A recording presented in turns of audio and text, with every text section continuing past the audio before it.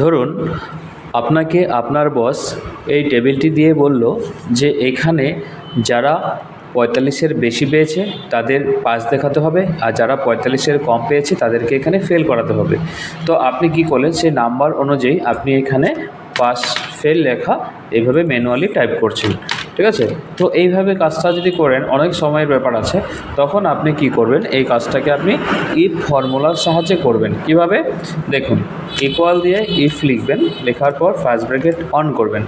On করার পর প্রথম যে নাম্বারটি আছে সেই নাম্বারটি নিয়ে গ্রেটার দেন ইকুয়াল দিবেন, দেওয়ার পর এখানে কি লিখবেন 45, ঠিক আছে, কমা, এবার ইনভার্টেড কমার মধ্যে আপনি লিখবেন এখানে পাস, ইনভার্টেড কমা ক্লোজ, আবার কমা দিয়ে আপনি এখানে লিখবেন ফেল, ঠিক আছে।